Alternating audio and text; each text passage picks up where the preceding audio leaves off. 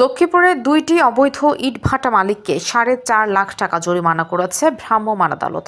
গতকাল উপজেলার চর আলগী ও চর রমিজ ইউনিয়নে এই অভিযান পরিচালনা করা হয়। অভিযানের সময় ভাটার চিমনি, চুল্লি বিনষ্ট সহ পানি ছিটিয়ে ব্যবহারের অনুপযোগী করা হয়। এছাড়া ভাটা বন্ধ রাখতে মালিকরা মুচলেখা দেন। অর্থদণ্ডপ্রাপ্ত ভাটাগুলো হলো চর আলগী ইউনিয়নের মেসার্স পান্না ব্রিক্স ও চর রমিজ ইউনিয়নের মেসার্স 4 স্টার ব্রিক্স।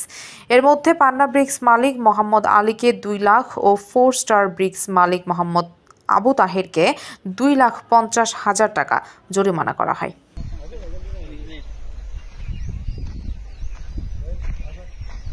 জেলা প্রশাসক কার্যালয়ের সহকারী কমিশনার ও নির্বাহী ম্যাজিস্ট্রেট মুজিবুর রহমান এই ভ্রাম্যমাণ আদালত পরিচালনা করেন। তিনি বলেন, অবৈধ ইটভাটার বিরুদ্ধে এটি আমাদের নিয়মিত অভিযান। ইটভাটাগুলোর লাইসেন্স ছিল না, এতে আইন অনুযায়ী তাদের জরিমানা করা হয়। ভাটা বন্ধ রাখবে বলে মালিকের কাছ থেকে মুচলেখা নেওয়া হয়েছে।